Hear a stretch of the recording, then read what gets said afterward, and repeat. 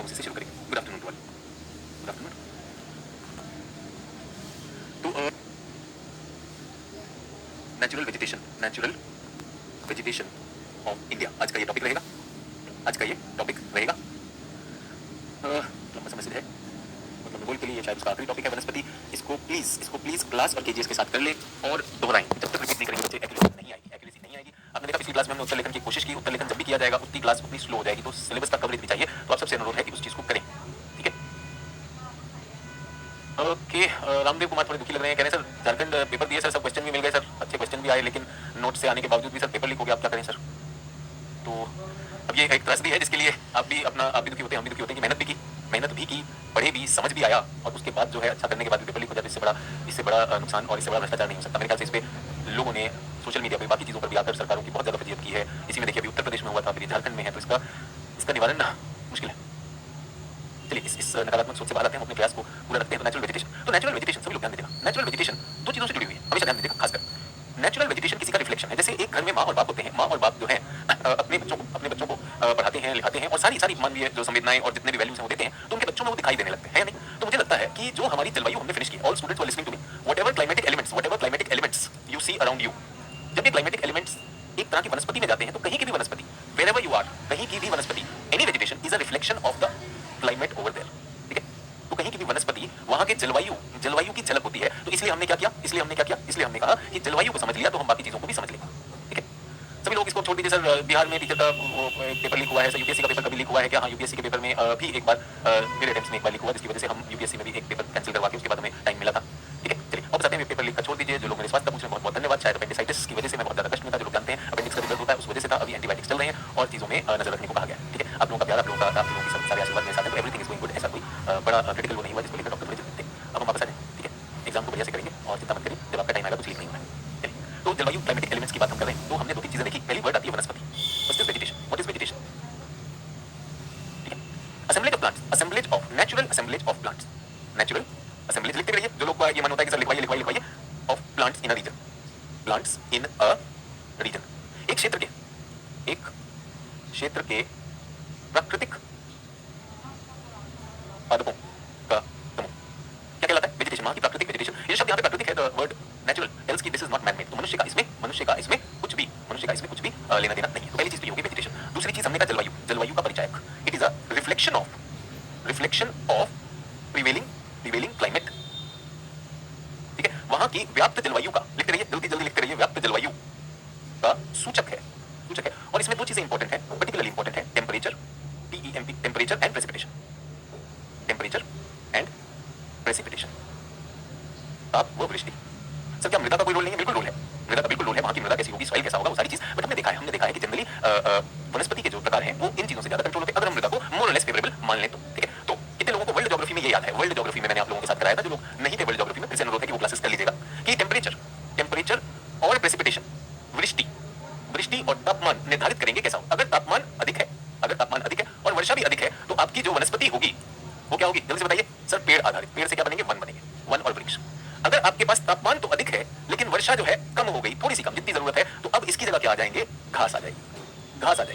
और अगर आपके पास तापमान कम है और अधिक है और वर्षा कम हो गई, तो याद रखिएगा प्रेसिपिटेशन का मतलब पानी की सप्लाई है, और टेम्परेचर क्या है? पानी की मांग है, डिमांड ऑफ वाटर। तो एक वनस्पति पानी की मांग और उपलब्धता से डिसाइड होती है। तो जब आपकी मांग बहुत ज्यादा है और उपलब्धता बहुत कम है, तो यहां पर कौन आ जाएंगे? यहां पर आ जाएंगे ज़ेरोफाइट्स। ज़ेरोफाइट्स क्या होते हैं? मरुस्थलीय पादप, जिसमें आप कैक्टस जानते हैं, ठीक है। तो पहले तो ये हो गया। अच्छा, पेड़ भी अब हम पेड़ों में आते हैं। पेड़ों के भी प्रकार हो सकते हैं। ये कहां की बात कर रहा हूं बच्चों, ध्यान दीजिएगा, ये कहीं पर भी अप्लाई होगा। ये विज्ञान की बात कर रहे हैं, हम ऐसा नहीं है कि हम इसमें कहीं पर अटके हुए हैं कि ये भारत में होगा या कहीं और होगा। ये सब जगह है, ठीक है।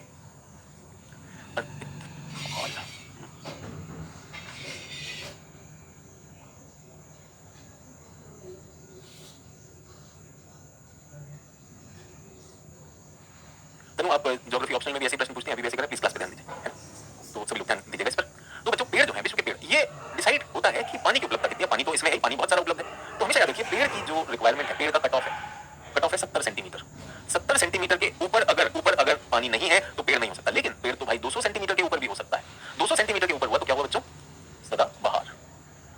सदाबहार वन बनेंगे जब आपके पास 200 सेंटीमीटर से ऊपर होता है तो सदाबहार वन बनते हैं। जब आपके पास 150 से 200 सेंटीमीटर, या इसको 250 मान लीजिए, 250 मान लेते हैं और इसको हम 200 मान लेते हैं, ठीक है। 200 सेंटीमीटर में ये उसकी सीमा पर है, ये अर्ध सदाबहार, अर्ध सदाबहार। और यदि आप 70 से 200 के बीच में है तो आप क्या है, पर्णपाती। जो इंग्लिश में लिखना चाह रहे हैं, this is called deciduous, this is called deciduous, this is called evergreen, evergreen. And अर्ध सदाबहार है सेमी एवरग्रीन, ठीक है। ये हमेशा याद रखना। बहुत बहुत सिंपल सी चीजें हैं। तो भारत में भी ये रूल अप्लाई होगा, भारत में भी ये रूल अप्लाई होगा। भारत कैसा देश है, गर्म देश तो है ही, तो तापमान की तो भारत को कोई दिक्कत ही नहीं।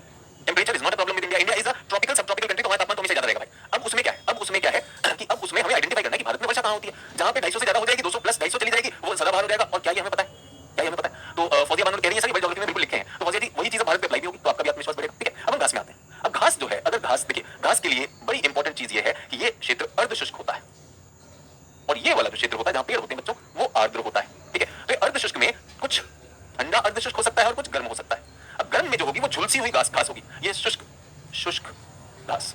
और यहाँ पे जो ठंडा क्षेत्र, पानी की तो कमी है, तो यहाँ पर हरी भरी घास होगी। अगर आपको याद हो विश्व भूगोल में मैंने कहा होगा आपको, एक बार को भैंस की तरह सोचिए कि आप कौन सी घास खाना चाहेंगे, गर्म क्षेत्र की अर्धशुष्क घास या शुष्क वाली। ये घास जो है ये कंटीली होती है, इसमें लकड़ी या तिनका अधिक होगा, उतनी मुलायम नहीं होगी। तो ये तो भारत में ऐसा भी है, भारत में ऐसा भी है। हम भारत की दृष्टि से इसको देखने वाले हैं। और आज कुछ प्रश्न फिर लेकर आऊंगा, तो प्रश्नों का उत्तर भी देखेंगे। जेरोफाइट की जब हम बात करते हैं, जेरोफाइट एक ऐसी स्थिति आ गई है कि भाई अब एकदम शुष्क आ गया है, शुष्क। और जो लोग अंग्रेजी वाले दुखी चल रहे हैं कि यार हिंदी में लिख दिया, तो अंग्रेजी में भी लिख दिया है, तो हर एक चीज हिंदी इंग्लिश सब लिखी हुई है।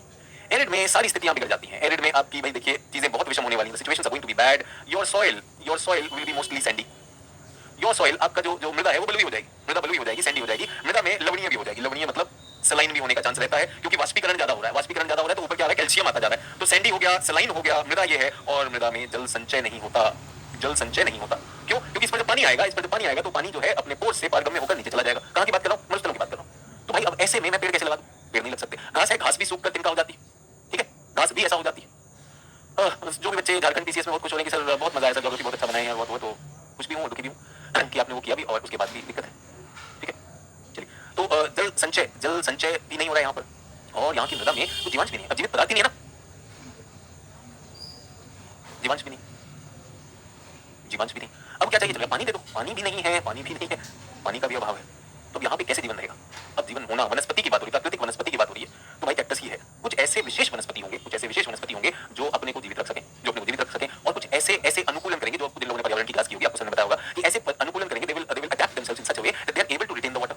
अपने शरीर के अंदर वो पानी को कहीं ना कहीं भर के रखेंगे, और जितना भी वाष्पीकरण हो रहा है, व्हाटएवर इवेपोरेशन इज पॉसिबल, उस इवेपोरेशन को यथासंभव रोकेंगे। उसको रोकने के लिए पत्तियों की जगह कांटे बन जाते हैं, जैसे आपने कैक्टस में देखा होगा। कैक्टस की अगर आपने कैक्टस को देखा तो उसपे चमक भी आती है। चमक क्यों आती है, उसकी सतह पे एक वैक्स की, मोम की जो है एक परत आ जाती है, ताकि किसी भी तरह से पानी यहाँ से लूज ना हो। जो उनकी स्टेम होती है वो जो है फ्लेशी हो जाती है, जैसे शमा लिख रही है, तो फ्लेशी मतलब उसी में पानी भर लेते हैं। तो वो सारी चीजें इस क्षेत्र में आने वाली। तो ये तो पहला हुआ, क्या मैंने आपको बात दी, मैंने आप सबको क्या दिया, सिद्धांत दे दिया। सब खेजड़ी का पेड़ होता है, खेजड़ी का पेड़ होता है, जो भी यहाँ पर शुष्क क्षेत्रों में आएंगे तो ये भी होगा, ठीक है, सभी लोग मेरे साथ। तो ये मैंने क्या कहा, ये मैंने कहा कि हम इससे पहले कि भारत की उसमें वनस्पति में घुसे, वनस्पति के एक नियम को समझें कि वनस्पति प्रकृति ने जो लगाई, नेचर ने जो लगाई वो है, और नेचर ने किसके आधार पर लगाई, नेचर ने क्लाइमेटिक वेरिएबल और खासकर टेम्परेचर और प्रेसिपिटेशन के आधार पे, ठीक है। ये सिद्धांत है। कोई बच्चा पूछ रहा है सर ये बनाना होगा, देखिए आपकी श्रद्धा है, मैं आपको सिद्धांत बता रहा हूँ, आप इसे अपने वाक्यों में लिख रहे हैं, वाक्यों में ले लीजिए, जैसे लिख रहे हैं लिख लीजिए। आप थोड़ा ऊपर चेक करेंगे तो बहुत से बच्चे जिन्होंने एग्जाम दिया है, जो अपनी तैयारी करके गए थे, आप देखेंगे कि उनका एग्जाम इसी परिधि से आया, अच्छा पेपर भी हुआ। तो आप क्यों इसमें दो बार ये पूछ रहे हैं कि ऐसे लिखना है वैसे लिखना है, जैसे आप लिख लीजिए, सिद्धांत है। और ये एक तरह का रिकैप भी है, ये हमने वर्ल्ड ज्योग्राफी में कराया था, वर्ल्ड ज्योग्राफी में कराया था, ठीक है। तो ये यहाँ पर आ गया। अब भारत में घुसा जाए, तो हम भारत में घुस जाते हैं। तो भारत में घुसने के लिए अगर मैं ये करूं कि मैं आप लोगों का एक ऐसे ही बिना पढ़ाए एक जिज्ञासा कौतूहलवश कुछ पूछना चाहूं आपसे, तो आप पार्टिसिपेट करना चाहेंगे। ये भारत है, भारत की जलवायु देखता हूं। भारत की जलवायु में ये क्षेत्र 100 सेंटीमीटर से ऊपर ले रहा है, और ये क्षेत्र भी 100 सेंटीमीटर से ऊपर है। और ये जो रेखा आती है इस तरह से, ये भी 100 सेंटीमीटर की रेखा है, ये भी 100 सेंटीमीटर की रेखा है। यानी यहां पर इस सारे क्षेत्र में तो भाई 100 सेंटीमीटर से ऊपर है। तो क्या मैंने आपको बिना पढ़ाए भारत के वनों का एड्रेस दे दिया कि नहीं? हाँ या ना? हाँ या ना? सिद्धांत से पता चल गया ना, सिद्धांत से ही पता चल गया, ठीक है। अब एक और चीज करता हूं, इस सारे क्षेत्र में पूर्वोत्तर के क्षेत्र में रेनफॉल 400 सेंटीमीटर से ज्यादा है, 200 सेंटीमीटर से, मेरी गलती। और यहां पर मेघालय में यहां पर कुछ क्षेत्रों में ये वर्षा 400 सेंटीमीटर से अधिक है। क्या बच्चों मैंने आपको एक तरह से सदाबहार वनों का भी एड्रेस दे दिया। ये हमारे लगभग 200 सेंटीमीटर की रेखा हो, सदाबहार का भी एड्रेस मिल गया कि नहीं मिल गया, एवरग्रीन का भी मिल गया। अब यहाँ बहुत सारे छात्र ऐसे हैं जो मुझे सुन रहे हैं, उनके मन में आ रहा है सचिन सर बताते हैं, समझ तो एकदम आता है, पर मैं पा रहा हूँ कुछ, तो ये तो अधूरापन है मेरे नोट्स हैं। तो मैं सभी को बताना चाहता हूँ इसके नोट्स सभी लिखवा दूंगा, लिखवा दूंगा। पहले क्या हम अपनी लॉजिक का टेस्ट कर सकते हैं कि क्या मैं लॉजिकल हूँ या नहीं हूँ। एक हमारे अंदर ना एक तरह का वो है, डर है कि एग्जाम में कर पाऊंगा नहीं कर पाऊंगा। बच्चों यहीं पर मैं तो भाई जब से केजीएस खुला है, जब से केजीएस का ऑनलाइन स्टार्ट हुआ है यूपीएससी का, मैं तो तब से ही केजीएस से जुड़ा हूँ, एकदम फाउंडिंग फैकल्टी के साथ जो भी हूँ मैं जुड़ा हूँ। तब से कई एग्जाम हो चुके हैं, कई बच्चे इस चीज को कह चुके हैं कि सर जो पढ़े थे उससे बहुत कुछ आता है, बहुत कुछ आ गया, और कई जगहों पर तो सर उसके बारे में देखना ही नहीं पड़ा। तो क्या आप आश्वस्त हो सकते हैं, क्या आप आश्वस्त हो सकते हैं? तो मैं कहूँ यही हो जाएगा। बहुत से आप ही के बैचमेट्स, आप ही के कई परीक्षा दिए कि उन्होंने ये अनुभव किया, तो आप भी अनुभव करें। लेकिन क्या आप परफॉर्म कर पाएंगे, इसमें आपकी क्षमता चाहिए कि नहीं चाहिए? सो आई एम लुकिंग एट आपको कर पाएंगे। सर कह रहे हैं सर वो तो फर्स्ट बैच से ही हो, तो सर आपने कई बार चैट में देखा होगा बीच में परीक्षाएं हुई, तो कई बच्चों ने ये अपने अनुभव शेयर किए होंगे। तो जब ये शेयर हुए हैं आपके पास, तो पहला तो डरना नहीं, पहला तो डरना नहीं। अब कोई लिख रहा है कि सर यूपीएससी में क्वेश्चन ही समझ नहीं आता, तो इसीलिए तो आपको यहाँ पर क्वेश्चन समझने की एक्सरसाइज दे रहे हैं। क्वेश्चन समझने की एक्सरसाइज में आपका दिल क्या कहता है? नोट्स दे दे, तो फिर वहां फंस जाते हैं। तो मैं ये लिखवा दूंगा। बस आपसे एक सिंपल सी बात कर रहा हूँ, अगर किसी को वो भारतीय नहीं है, उसको नियम पता है, फॉर्मूला पता है, तो क्या वो बता देगा भारत में कहां पर हमारे पास सदाबहार वन होंगे? सर यहाँ सदाबहार और अर्ध सदाबहार होने के पूरे चांस हैं, हाँ या ना? एक और बता दूं आपको, यहां पर भी भाई 200 सेंटीमीटर से ज्यादा होता है। ये क्या है सर? ये लीजिए, मोर देन 200 सेंटीमीटर। कम बन गया? तो जो होता है दिमाग में याद कैसे करूंगा, चित्र बन गया। ठीक है, अब आप यूं समझिए कि ये बच्चों हमारा 60 सेंटीमीटर है। हाँ सर ये तो आपने बताया, तब तुमको पता है 60 है, और यहां पर भी ये हॉकी की स्टिक के रूप में 60। ठीक है, 100 से 60। अब कौन सी रेंज आ गई? 100 से 60। कहां पर हूं? अर्धशुष्क हो गया कि नहीं हो गया? अगर ये मेरा अर्धशुष्क क्षेत्र है जिस पर मैंने ये लाइन डाली, तो अर्धशुष्क क्षेत्रों में क्या मिलेगा जल्दी से बता दो। भारत के कंटीले वन, भारत के शुष्क पर्णपाती वन, बिना बताए एड्रेस मिल गया कि नहीं मिल गया? मिल गया। भारत की वेजिटेशन ही तो पता करनी है, मानचित्र तो हमने जलवायु का बनाया है, लेकिन यहां पर आ गए शुष्क पर्णपाती प्लस कंटीले वन।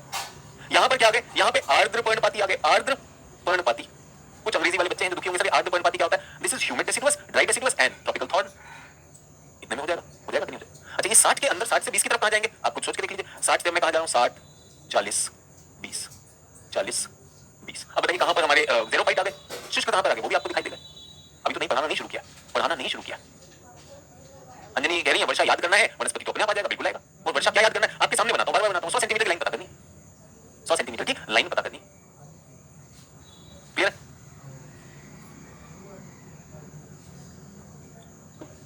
अब बताइए इतना अगर मैं आत्मविश्वास लेकर जा रहा हूं, अगर मैं इतना आत्मविश्वास एग्जाम में लेकर जा रहा हूं, तो अब सिर्फ किताबी तो पढ़नी है, थोड़ा सा इसके ऊपर एनसीईआरटी पढ़ लें और केजीएस की बुकलेट पढ़ लें, उसमें घबराना क्या? अब एनसीईआरटी हमें सर यूपीएससी का क्वेश्चन नहीं समझ में आएगा, यूपीएससी का क्वेश्चन नहीं समझ में आएगा। क्यों नहीं आएगा? हम तो आपका बार-बार तो टेस्ट ले रहे हैं, आपकी बौद्धिक क्षमता का। आप कहते हो हाँ ये हमें दिखाई दे रहा है, अगर दिखाई दे रहा है तो दिखाई दे रहा है, आप बिल्कुल सही जा, अपना आत्मविश्वास तो दिखाएंगे ना।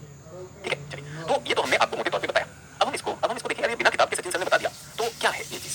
देख लें, चेक कर लें जो आपने और मैंने आइडेंटिफाई करा है। तो भाई ये जो नीला हरा निशान है, ये कह रहा है वेट एवरग्रीन, ये तो सही निकला, ये भी सही निकला, वेट एवरग्रीन ये भी सही निकला। अंडमान निकोबार इसने डाला नहीं, हम फिर भी लगा रहे हैं। सेमी एवरग्रीन उसके आसपास है, उसकी सीमा के आसपास सेमी एवरग्रीन उसी से सटा हुआ, सदाबहार अर्ध सदाबहार उसी से सटा हुआ है। हाँ ये तो ठीक दिखाई दे रहा है सर। अच्छा कंटीले वाले हमारे कौन से थे? ये हॉकी स्टिक दिखाई दे रही है, ये क्या होनी चाहिए आपके हिसाब से? आपके हिसाब से यहाँ तो कम है ना, देखिए क्या होनी चाहिए? ये चिन्ह है ट्रॉपिकल थॉर्नी, इसको थॉर्नी कह रहा है, कह रहा है कि नहीं कह रहा? जो हमने कहा वो मिलेगा। अच्छा ये वाला भारत का बहुत बड़ा क्षेत्र, ये हमारा असली है। असली का रंग में देखिए पर्णपाती आना चाहिए, ये है पर्णपाती, एक मॉइस्ट और एक ड्राई। इसको जो 100 सेंटीमीटर के इधर है इसको मॉइस्ट कहता है और इसको ड्राई कहता है। ड्राई डेसिडुअस, मॉइस्ट डेसिडुअस, पर्णपाती हो गया। वही तो हमने लिखा था, वही लिखा था। तो मरुस्थल वाला ये देखो, ये मरुस्थल का है। और डेजर्ट वाला यहाँ पर डेजर्ट कैसे डाला है? डेजर्ट मुझे दिख नहीं रहा है, डेजर्ट यहाँ पर इसने नहीं डाला है, लेकिन यहाँ लिख दिया है डेजर्ट। यहाँ पे कोल्ड डेजर्ट इसने लिख दिया, इसको हॉट डेजर्ट लिख दिया, जो भी किताब है। अभी पढ़ाया नहीं है बच्चों, लिखवाया नहीं है, आपका मन हो रहा होगा अरे सचिन सर लिखवा तो दीजिए इन सब चीजें। ये एटलस खोले, एटलस में जरा प्लीज भारत के मानचित्र के बाद भारत का प्राकृतिक वनस्पति मानचित्र एक बार जरूर देखें। Please look at the vegetation map of India. ये हमारा फॉरेस्ट एंड वाइल्ड लाइफ है। अब देखिए हरा रंग जो है ना वो वनों का क्षेत्र है, तो हिमालय में बने और उसके बाद हमारे पास वन बने। ठीक है, क्लियर हो गया? डन है? डन सर, एटलस में दिया हुआ है ना? तो मैं ये कह रहा हूं कि अगर हमारी ये समझ विकसित हो जाए तो हम अपने जीवन को आसान बना। पता है किताबें हमारे लिए कितना मुश्किल करती हैं? किताब हमारे लिए कह रही है भारत में 16 प्रकार के वन, तो विलांचली वन, सदाबहार वन है, एनसीईआरटी अभी कर लेंगे। पहले इसको समझ लीजिए कि हमारे पास कितने तरह के वन हैं? 16 प्रकार के। 16 प्रकार कैसे याद करोगे भाई? 16 प्रकार को आसान कैसे करते हैं? 5 प्रकार कर लेते हैं। 5 प्रकार करें। मॉइस्ट का मतलब आर्द्र उष्ण। ड्राई का मतलब शुष्क उष्ण। और ये क्या है? मॉन्टेन का मतलब क्या है? पर्वतीय। सब ट्रॉपिकल उपोष्ण। पर्वतीय टेम्परेट, तो ये शीतोष्ण। और एल्पाइन क्या होते हैं? एल्पाइन का मतलब पर्वतीय, जो पर्वत की ऊंचाई पर है। ये हो गए 5 प्रकार, वो कर लीजिए। 5 प्रकार वो कर लेते हैं, दिक्कत क्या है? अब किताब में जब आता है तो हमारा पहला डर ये होता है ये सारे याद करने, ये सारे नाम पूछेगा, ये नहीं पूछेगा। देखिए भारत किस पेटी में आता है बच्चों? भारत आता है उष्ण पेटी। उष्ण में 2 प्रकार उसने कर दिए, उष्ण में आर्द्र और उष्ण में शुष्क। ड्राई एंड वेट, रेन हम जानते हैं। उसके बाद जब हम ऊपर गए तो इसे उपोष्ण उसने कह दिया। इसे क्या कह दिया? उपोष्ण। और ऊपर गया तो इसको यहाँ पर 30 डिग्री आते आते शीतोष्ण हो गया। और ये सारे पर्वत वाले को उसने क्या कह दिया? एल्पाइन। एक तो नॉर्थ में एल्पाइन है और एक यहाँ पर होगा, क्या है ये? दक्षिणी नीलगिरी अन्नामलाई, ये साउथ में एल्पाइन है। तो इससे पहले हम लिखना शुरू करें, क्या वर्गीकरण आपको दिखाई दे गए हैं? क्या वो डर हटा या नहीं हटा?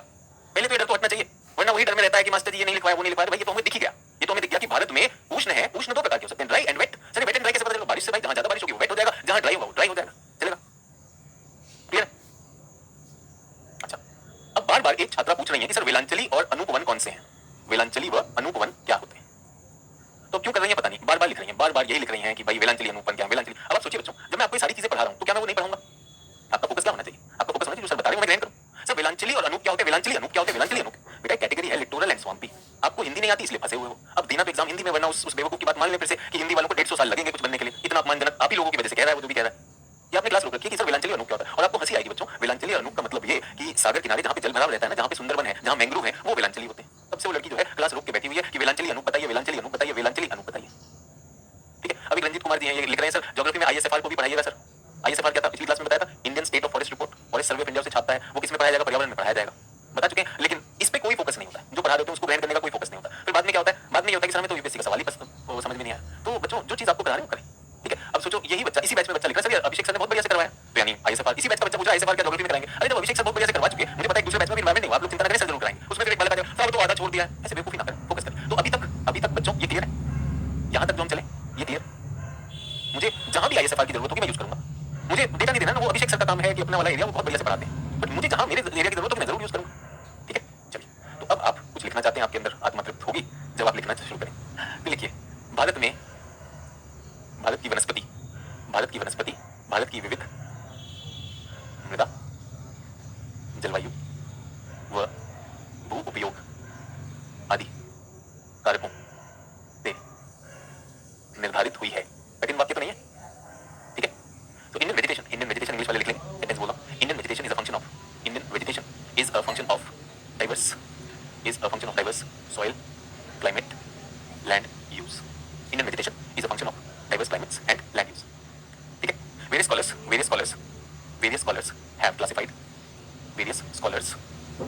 have classified Indian forest into numerous categories. Indian forest into numerous categories with 16 types of forest as per champion and state classification. Hindi वाले अनेक भूगोलविदों ने भारत की वनस्पति व वनों का वर्गीकरण करने का प्रयास किया है,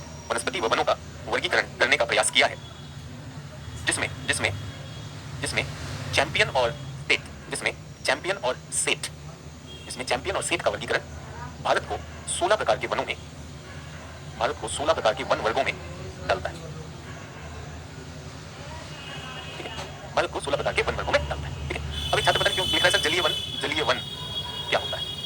अब कल अभी जलीय वन कहेगा, फिर बोलेगा हल्दी वन क्या होता है, फिर चूरन वन क्या होता है, सारे लिख रहे हैं। एनसीईआरटी पढ़ो, समय मत व्यस्त करो बेटा, एनसीईआरटी पढ़ो। क्या उसमें कोई जलीय वन दिया हुआ कोई श्रेणी है जलीय वन नाम की? नहीं है। तो इस तरह से बेकार में कहीं पर भी बिना किसी स्रोत के जुबान केसरी कहीं पे कर रहे थे, हाँ भाई ये वाला पढ़े हो क्या जलीय वन, तो वो वाला मतलब। अभी आपको वेलांचली और अनूपवन बताया था ना, तो आप कहाँ से पढ़ रहे हैं? आप लोगों को एक बहुत ही सिंपल सी चीज कही, एनसीईआरटी क्लास 11 करें। अगर वहां पे शब्द है और आपको नहीं समझ में आ रहा, समझ में जलीय वन अपने मन से कुछ भी, तो वो फिर क्लास को भी बाधित करता है। तो ये हुआ आपका पहले तो विविध प्रकार। अब इन विविध प्रकार में भी 15 और चैंपियन एंड सेट सुन के आप घबराएंगे, 15 को भी नहीं करने वाले हम 15 को भी नहीं करने वाले, ठीक है? जितेंद्र राजवंशी ये उस बैच के हैं 2022 दिसंबर के। सर कौन सी कक्षा की एनसीईआरटी पढ़े? बेटा बहुत पुरानी बातें हैं, इन सबको प्लीज क्लास को ब्लॉक नहीं करें, रिक्वेस्ट है। ये सब बताया जा चुका है, सिनेमा में नहीं आए हैं, क्लास में आए हैं, एक क्रम में करेंगे तो अच्छा लगे। तो अभी हम आर्द्र वनों की बात करते हैं। आर्द्र उष्ण कटिबंधीय वन, मॉइस्ट ट्रॉपिकल फॉरेस्ट। अभी मॉइस्ट भी है, आर्द्रता भी है और गर्म भी है। ये क्या है? मॉइस्ट भी, आर्द्रता भी है और गर्म भी है, ठीक है? तो इसमें पहला तो क्या आ जाता है? सदाबहार वन, एवरग्रीन फॉरेस्ट। और दूसरा क्या आएगा? अर्ध सदाबहार वन, एवरग्रीन और सेमी एवरग्रीन, एवरग्रीन और सेमी एवरग्रीन। जब हम एवरग्रीन की बात करते हैं, पहली बात इनकी लोकेशन देखें बच्चों, इनकी लोकेशन हम देख रहे हैं। एनसीईआरटी कहती है 200 सेंटीमीटर से ऊपर है, कुछ किताबें कहती हैं 250 सेंटीमीटर से ऊपर है, तो हम इसे 200 मान लेते हैं, ठीक है? यहाँ तक क्लियर? तो मुझे एक बात बताइए, लोकेशन आपसे पूछूं, लोकेशन तो जल्दी बताएंगे, जल्दी बताइए, आप बताइए। अगर आपसे पूछूं इनकी लोकेशन क्या है, आप तो जानते हैं जहां पर पूरा का पूरा, जल्दी बताइए।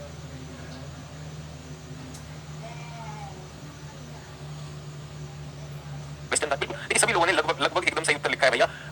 हमारे नॉर्थ ईस्ट के हिल्स, पूर्वोत्तर की पहाड़ी क्षेत्रों में मिलेगा कि नहीं मिलेगा? फिर बहुत से लोगों ने कहा पश्चिमी पश्चिम घाट, वेस्टर्न साइड ऑफ वेस्टर्न घाट। हमने पहले मानचित्र में देख लिया था अंडमान एवं निकोबार, अंडमान एंड निकोबार जो हमारे द्वीप समूह है वहां पर है, ठीक है। अच्छा, इनकी कुछ क्वालिटीज होती है, क्या होती है इनकी कुछ क्वालिटी, कुछ विशेषता, और ये थोड़ा वर्ल्ड ज्योग्राफी से याद करेंगे, वर्ल्ड ज्योग्राफी से याद करेंगे। These are very very dense, अति सघन।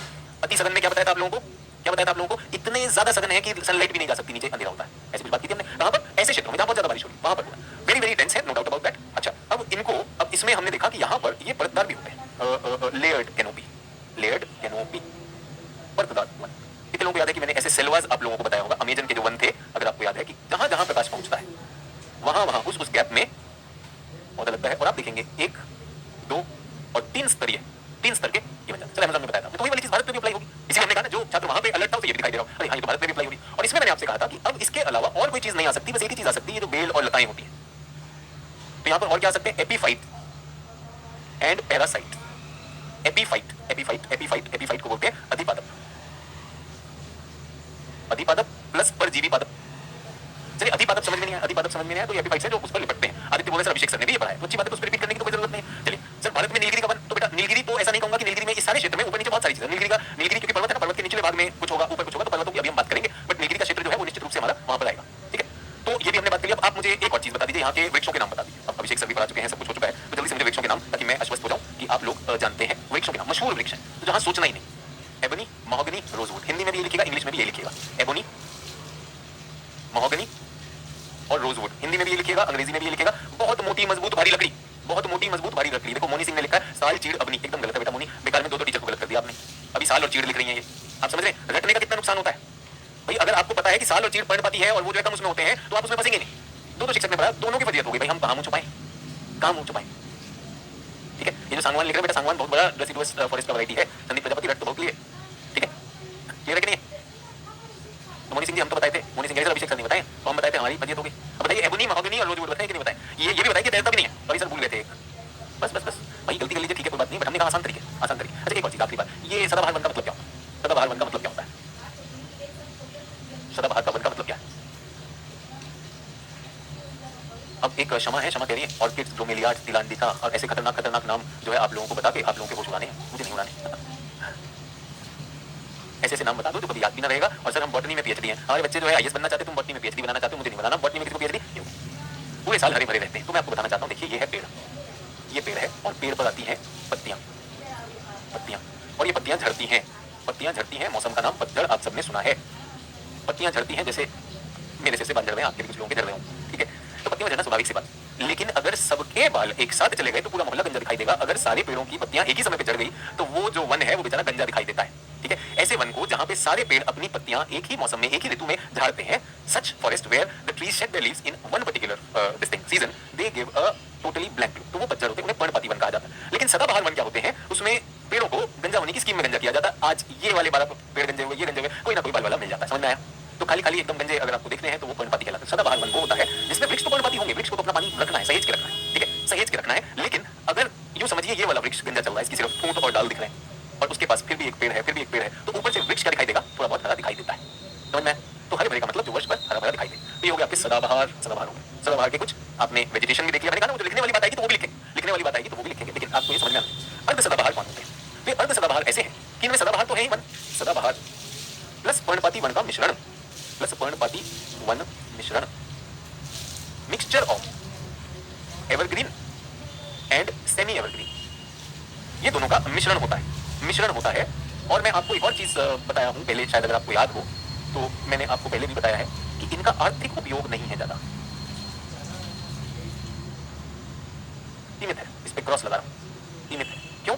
बहुत सघन वन है, काटना मुश्किल है, घुसना मुश्किल है, प्रोफेसर जो है वहां घुस ही नहीं पाएंगे, तो कैसे होगा, ठीक है। सभी लोग चल गए। अब हम यहाँ पर कहाँ हैं? अभी हम कहाँ पर हैं? अब यहाँ पर क्या है, इसमें जो पर्णपाती वन होते हैं ना, ये आर्थिक महत्व बहुत अधिक होता है, आर्थिक दोहन बहुत अधिक संभव, बहुत अधिक। क्यों? पर्णपाती वन कभी भी बहुत सघन नहीं होते हैं, छोटे पेड़ हैं, आसपास घास होती है, तो इनकी कटाई आसानी से हो जाती है। अच्छा, लकड़ी की गुणवत्ता बहुत बढ़िया है, लकड़ी अभी भी ठोस है, जैसे सदाबहार की होती है। अच्छी गुणवत्ता वाली लकड़ी और खुले वन मिल जाए कटाई के लिए तो आसानी से कट जाते हैं। तो जब भारत में अंग्रेज आए तो अंग्रेज जो है उस समय औद्योगिक क्रांति देख कर आए थे, तो वो भारत के वनों को एक संसाधन के रूप में इसका दोहन करना चाहते थे। उन्होंने देखा, कोशिश उन्होंने क्या की, कोशिश पहले सदाबहार की सदाबहार की लकड़ी बहुत मजबूत है और लगभग 60 मीटर तक ऊंचा चला जाता है, लेकिन उनको से काटना बहुत मुश्किल है, काटना मुश्किल है। ऐसे क्षेत्रों में है सदाबहार, this forest the evergreen forest are in the moist areas. Moist area में मच्छर और बीमारी बहुत कुछ था, तो गोरे को बहुत समझ आया नहीं, गोरा इतना लोड लेता नहीं था। उसने कहा भाई ये वाले वनों को काटा जाए, तो उसने पर्णपाती देखने शुरू किए, पर्णपातियों को काटा, और जहां पर अर्ध सदाबहार थे उसने वहां के पर्णपाती काट के, पर्णपाती में क्या थे हमारे पास, पर्णपाती में हमारे पास ओक हुआ करता था, ओक का पेड़। कहां पर? उत्तराखंड में कुमाऊं गढ़वाल में ओक का पेड़ हुआ करता था। तो उन्होंने क्या किया, ओक को काटा, ओक को तो ले गए अपने काम के लिए, और उसकी जगह पे रिप्लेस किससे कर दिया, चीड़ से। चीड़ क्या होता है? चीड़ आपका शंकुधारी, चीड़ पाइन, ये पाइन होता है। तो ये उतने ज्यादा वो नहीं होते, तो बहुत सारा दोहन इनका ब्रिटिश काल से ही पर्णपाती वनों का चला आया है। तो ये इनका बहुत ज्यादा दोहन हुआ है बच्चों।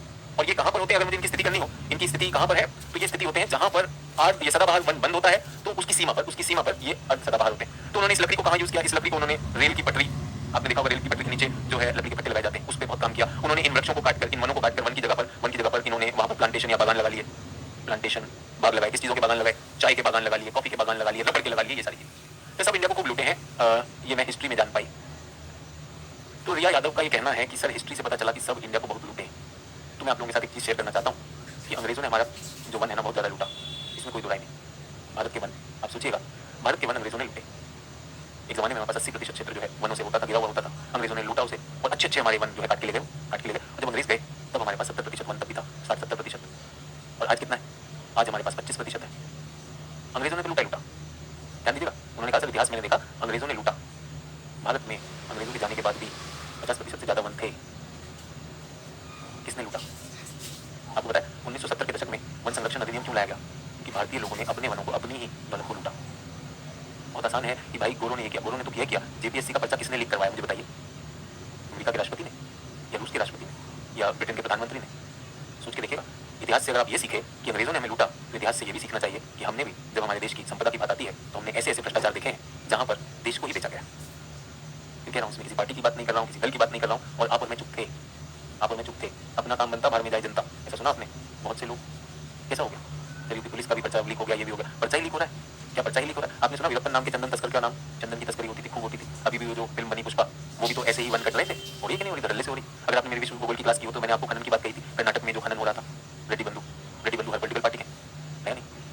भ्रष्टाचार में लिप्त हम देखते हैं कि money power, muscle power, politician, बाहुबली, उद्योगपति, सब तो मिलते हैं, सब मिलते कि नहीं मिलते?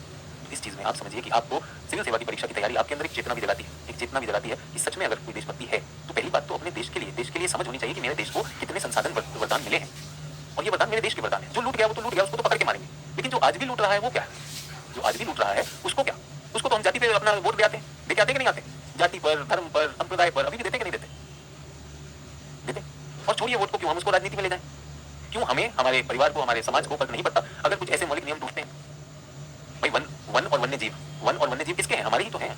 आप देखिए सरकारों को उसे बचा के रखना है, हम खुद ही मार डालते हैं।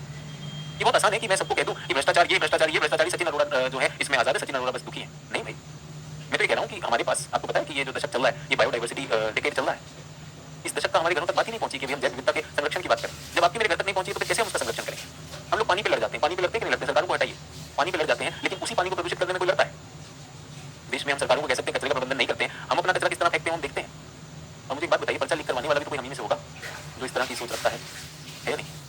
तो वो कहीं पर भ्रष्टाचार, तो कहीं पर हम उस चीज को कहीं पर स्वीकार करते हैं, तभी हमारे जीवन में ये चीज और ज्यादा दिखती है। जीरो टॉलरेंस है ही नहीं। तो ये खुश हो जाना, अंग्रेज कर गए, ये कर गए, वो कर गए, और जो है मुगल थे और ये थे वो थे, अब हम हैं, ये देश हमारा है भाई। चलिए, तो अर्ध सदाबहार बात हो गई, इनकी भी बात हो गई, यहाँ पे बहुत दोहन भी हुआ है, लेकिन ये चल रहे हैं, ठीक है। चलिए, तो ये तो हमारे सदाबहार, अर्ध सदाबहार। मुझे अगर मैं चित्र में देखूं, ये बहुत बड़ा क्षेत्रफल तो नहीं है, ये बहुत बड़ा क्षेत्रफल नहीं है। इधर का हो गया थोड़ा सा हरे रंग का दिखाई दे रहा है, तो बड़ा क्षेत्रफल कौन सा है? बड़ा सर ये भारत का दिल यहाँ पर है, भारत का दिल यहाँ पर है। और मैं आपको बताऊं, कई वन ऐसे ही काट दिए जाएंगे, पंचायत से मिलकर, वहाँ के आसपास के प्रशासन से मिलकर, बिल्डर जो है बिल्डिंग बना देगा। मैं कह रहा हूँ निजी क्षेत्र भी कर सकता है, और हमारा जो है सरकारी क्षेत्र भी कर सकता है। आपने देखा होगा जो हमारे वन कानून है उनमें ढिलाई दे दी। हाँ, वन कानून ढिलाई दे दो, जो है यहाँ पर जो है सड़क निर्माण होनी है। और आपने देखा होगा कई बार लोग सड़कों पर आंदोलन करते हैं कि हमारे वन नहीं छुए, है कि नहीं? खासकर आपने देखा पर्वतीय क्षेत्रों में बहुत से आंदोलन होते हैं, वहाँ लोगों की आवाज, हम लोग क्या सोचते हैं, यार मुझे इसकी तैयारी करनी, मैं कहाँ इन पचड़ों में फंसूंगा? पचड़े तो हमारी हैं, है कि नहीं? चलिए वापस आते हैं। हाँ जी, तो जब हमारे वन जो है, ये छोटे से टुकड़ों की मैंने बात की, बड़े वन की बात करते हैं, जो भारत के असली वन है, उष्ण कटिबंधीय पर्णपाती वन, ये भारत के मेन फॉरेस्ट हैं। ये भारत के 2/3 है भाई, 2/3 ट्रॉपिकल डेसिडुअस फॉरेस्ट। ये अगर हमें पता है तो हमारा काम बन जाता है। ये 2 प्रकार के होते हैं वर्षा के आधार पर, मॉइस्ट डेसिडुअस नम या आर्द्र पर्णपाती, और ड्राई शुष्क पर्णपाती, आर्द्र पर्णपाती और शुष्क पर्णपाती। सरस्वती कह रही बुक रीड करते हैं लेकिन भूल जाते हैं। सरस्वती ऐसी बात बताओ कि जो हमें ये दिखाई कि आप असामान्य हैं। एक तो सामान्य मानव की तरह आप चीजें भूल जाती हैं, ओके।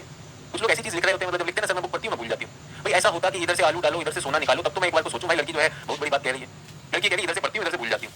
तो मेरे साथ भी होता है, अच्छी बात है, मुबारक हो, आप एलियन नहीं आप मनुष्य हैं। और ऐसे ही लोग जो इधर से पढ़ते थे इधर से बोलते थे वो पास भी हो गए। ऐसा ऐसा लिखते हैं ना सामने मतलब चैट पे, सर जो पढ़ती हूँ भूल जाती हूँ। देखिए शरीर ऐसा है, जो खाते हैं कुछ ऊष्मा बनता है कुछ निकल जाता है, सर जो खाते हैं वो निकल भी जाता है, निकलता है, बनाया सिस्टम सिस्टम, ठीक है।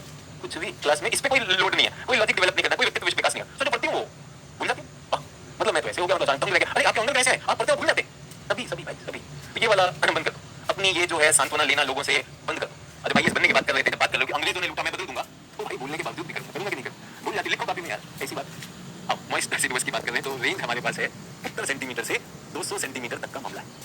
70 सेंटीमीटर से 200 सेंटीमीटर तक का मामला हमारे पास चल रहा है। तो अगर आप 100 से 200 सेंटीमीटर में हो तो आप ये वाले पॉइंट पाती हो, आई ऊष्मा भी आ रही है और पानी भी आ रहा है। अगर आप 70 से 100 वाले हो, क्या यार फालतू में पॉइंट पाती भी हूँ, पानी है नहीं, इससे अच्छा तो मैं घास ही बन जाता, इससे अच्छा तो मैं घास ही बन जाता, क्या टेंशन।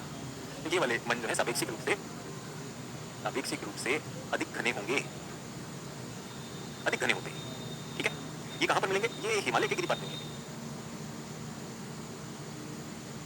Foothills of Himalayas. ये क्या है, रिलेटिवली डेंसर, डेंस ज्यादा, रिलेटिवली ज्यादा डेंस होते हैं, ये हिमालय के फुटहिल में होंगे, पश्चिमी घाट में भी होंगे, पश्चिमी घाट वेस्टर्न घाट। सर अभी तो आपने वहां पर वो बताए थे क्या कहते हैं सदाबहार, तो भाई वेस्टर्न घाट में भी तो अलग अलग लेयर है ना, किसी में 400 सेंटीमीटर आ रही, कुछ ढालों पे 400 आ रही, कुछ पे 200 आ रही, कुछ पे 200 से कम आ रही है, तो वो सारे हो जाएंगे कि नहीं, पश्चिमी घाट में भी मिलने चाहिए। तो दिमाग में रखना भाई पानी यार 100 से 200 सेंटीमीटर छोटा मामला थोड़ी होता है, तो ये पानी भी रखना है, ठीक है, ये पानी भी रखना है। तो पश्चिमी घाट में हिमालय के गिरिपात फुटहिल में जैसे मैंने आपको बोला मानसून की जो शाखा आती है वो वहां पर खूब सारी बारिश करती है, तो वो भी आएगा कि नहीं आएगा। उसके बाद यहाँ पर मुझे लगता है कि पश्चिमी घाट के अलावा जो हमारी पूर्वोत्तर के राज्य हैं, नॉर्थ ईस्ट स्टेट्स, वहां पर भी ये दिखाई देता है। इसके कोई जो बच्चे बार बार इस पेड़ का नाम ले रहे थे तो याद रखिएगा, इसके दो परिचायक पेड़ जो हमारे पास हैं वो है सागवान, और सागवान जिसको टीक भी कहते हैं, और साल, टीक एंड साल, ये तो जब मिले लिख सकते हो, उसमें कोई दिक्कत नहीं है। सागवान, सागवान हो गया, साल हो गया, शीशम हो गया, महुआ हो गया, सेमुल हो गया, याद है वो सिमली पाल मैंने आपको कराया था, ये सारे, ठीक है। तो ये भी मॉइस्ट कैटेगरी में चल रहा है बच्चों, मॉइस्ट कैटेगरी में चल रहा है। यहाँ देखिए आर्द्र है ना, मॉइस्ट में याद है, यहाँ भी मॉइस्ट है, अभी तक मॉइस्ट है इसलिए मुस्कुरा रहा है, लेकिन जैसे ही शुष्क होगा, अब ये वो वाला है, सब एनसीईआरटी पढ़ता हूँ भूल जाता हूँ, सब कुछ समझ में नहीं आ रहा है, ये वो टीचर सब कुछ अधूरा कराया मेरा, ये बस होने वाला है, जिन्होंने हर पेपर लीक हो जाता है, मुझे जीने का क्या मतलब है, एक लड़की पसंद थी वो भी भाग गई, बेस्ट फ्रेंड के साथ भाग गया, मुझे क्या जीना है, ये दुखी वाला है, ये दुखी वाला है। इसका बस चले तो पृथ्वी जो है माँ धरती पटोल में समा जाऊँ, इसको इसका बिल्कुल दिल नहीं लगता है। ये वन कैसा है, ये वन ऐसा है, बीच में खूब सारी घास है, अरे वन कहाँ है, तो घास क्षेत्र है। और ये वन कैसा है, हैप्पी वाला कैसा है, ये पेड़, ये दूसरा पेड़, दोनों बात भी करते हैं, यारी दोस्ती भी है, चल भाई तू भी है, कभी कभी बात हो जाती है, तो एनसीईआरटी डिस्कस कर ले, तो बीच में घास फूस के तो कितने खुश हैं ये। इस वन में जानवर भी कुछ रहता है। और ये वाला क्या है, ये देखो सचिन सर ने नहीं पढ़ाया मुझे, ये सर ने मुझे पूरा नहीं पढ़ाया, ये देखो पर्चा भी लीक हो गया है, मैं फालतू का पेड़ हूँ। ये पेड़ भाई ऊंचे तने वाले पेड़ कुछ रहते हैं आपस में, कुछ इस बेचारे की ये बेचारा बौना पेड़ हो गया, इसकी तो हाइट भी नहीं बढ़ी, माँ बाप सोच रहे बेटा क्या हो गया, कौन सा बोझ लेके पैदा हुए हो या हुई हो, तुम्हारा तो सब कुछ जो है ग्रोथ ही रुक गया है, ठीक है। इसको क्या कहा जाता है, इसको कहा जाता है पार्कनुमा भूदृश्य, पार्कनुमा भूदृश्य, पार्क लैंडस्केप, मतलब पेड़ कम है और घास ज्यादा है। ये अगर आपको याद हो सवाना, अगर आपको याद हो सवाना है ना, जी अगर आपको याद हो तो ये सवाना में हमने आपसे बात की थी।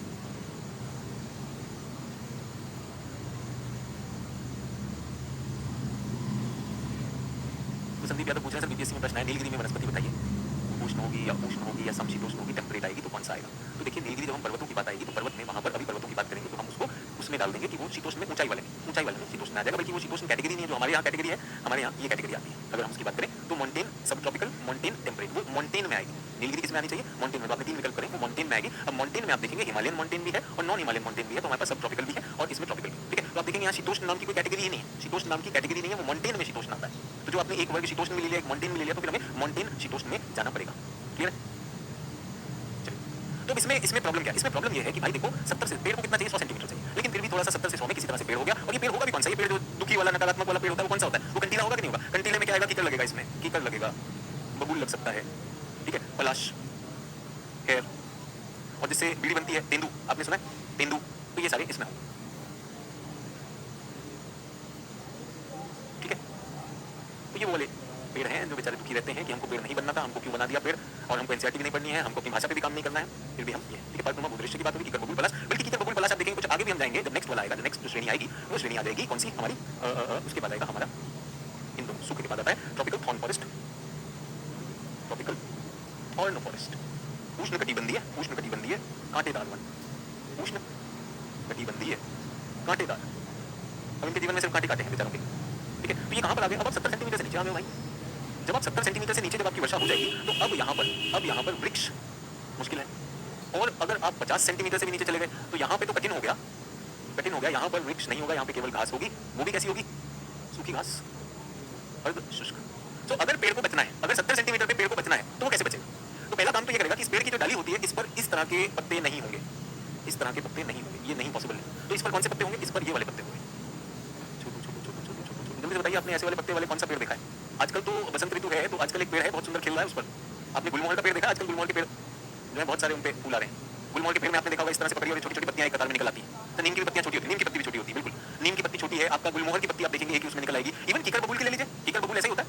और हम लोग क्या करें, उसमें लकड़ी ज्यादा होती है, लोग जो है चलते फिरते जो है कीकर बबूल तोड़ के और नीम का तोड़ के क्या करता है, दातुन करता है। अब नीम की पत्ती देखिए, नीम की पत्ती देखिए, पीपल की पत्ती देखिए, एक खुश है, उसके पास पानी वानी सब कुछ है, एक ऐसा भाई जबरदस्ती हमको लगा हुआ। कोई कह रहा आंवला, बिल्कुल बिल्कुल आंवला देख लीजिए, कोई कह रहा टैमरिन, टैमरिन होती है आपकी इमली, आंवला इमली बिल्कुल यही आएंगे, आंवला इमली गुलमोहर ये सारे इस तरह के हो गए हैं। और आपने देखा होगा कनेर का पेड़ देखा होगा, कनेर का पेड़ होता है जिसमें पीले फूल होते हैं, जैसे आप तोड़ो तो उसमें हल्का सा दूध का रिसाव होता है। लंबी सी उनकी लीफ कैसी होती है? इस तरह की एक लंबी सी ऐसी नोकदार लीफ। तो पत्ते बता देते हैं कि यूपीएससी की तैयारी कैसी चल रही है। ये मुस्कुराते हुए बच्चे की तैयारी ऐसी चलती है, आहा सुंदर सा पत्ता, और जब इस पर जो है ओस की बूंद लटकती है, वेरी गुड, ये ओस की बूंद इकट्ठी कर रहा है, ठीक है। इसकी पत्तल में लोग खाना खा रहे हैं और यहाँ पे क्या है? ये लो, ये रहा मेरा पेड़, ये छोटी छोटी पत्ती, और कुछ जगह पे तो पत्ती की जगह कांटा, हाथ लगा के देखो, अभी काटता हूँ, अभी काटता हूँ, तुम्हारी वजह से मैं आईएएस ना हो पाया, अभी काटता हूँ, अभी काटता हूँ। बताओ अभी इतना रो रहा था एनसीईआरटी पढ़ने तैयार, क्या दिक्कत है? तो आंसर लिख लेता, मैं नहीं लिख पा रहा, अभी लिखता तब ना, मुस्कुरा तो सही, ओस की बूंद गिरी है यार।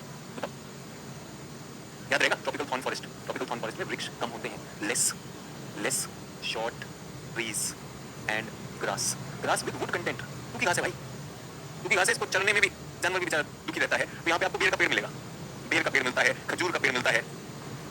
बेर में क्या आम जितना रस होता है? बेर में आम जितना रस होता है, खजूर में रस होता है।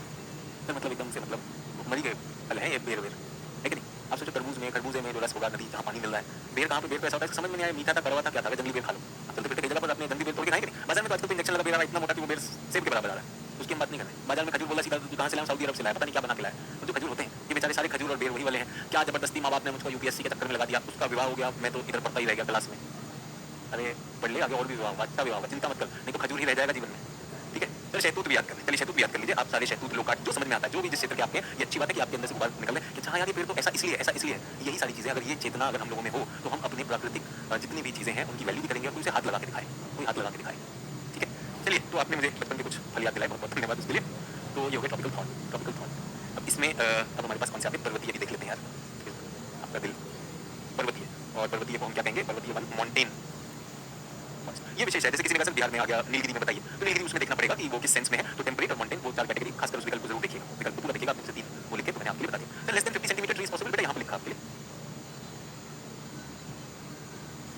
पेड़ के लिए कट ऑफ है 70 सेंटीमीटर, पेड़ के लिए प्राकृतिक कट ऑफ है 70 सेंटीमीटर। लेकिन अगर कुछ ऐसे क्षेत्र हैं कि पानी आ रहा है, कभी जा रहा है, तो कभी कभार 70 के नीचे भी हो जाए, बट वो नीचे होने का मतलब ये है कि वो खुश नहीं, ये मैं बताना चाहता हूँ। तो अगर 70 के नीचे, और ये जो हमने कहा ये सारी अर्धशुष्क श्रेणी आ चुकी है, घास और झाड़ी लगने वाली है ना, क्लियर सभी लोग? सर मैंगो एवरग्रीन है क्या? पंकज कुमार गोस्वामी, तो बेटा बताया तो सही, हमारा जो सारा का सारा बताओ मैंगो कहाँ पे होता है?